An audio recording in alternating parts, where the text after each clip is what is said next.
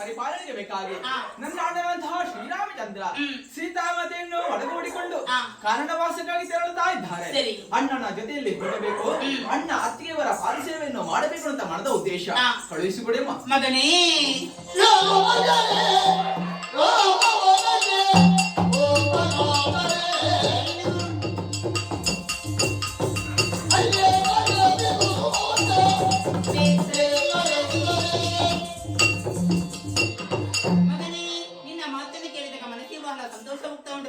ಯಾಕೆ ಗೊತ್ತೇ, ರಾಮಚಂದ್ರ ಮತ್ತು ಜಾನಕಿ ಕಾಡಿಗೆ ಹೋಗುವಂತ ಯುವತಿಯಲ್ಲಿ ಅವರ ಜೊತೆಯಲ್ಲಿ ಹೋಗಬೇಕು, ಅವರ ಸೇವೆಯನ್ನು ಮಾಡಬೇಕೆಂಬಂತ ನಿನ್ನ ಮನದಾಸೆ. ನಿನ್ನ ಆಸೆಯನ್ನು ತಪ್ಪಲ್ಲ ಕಂದ.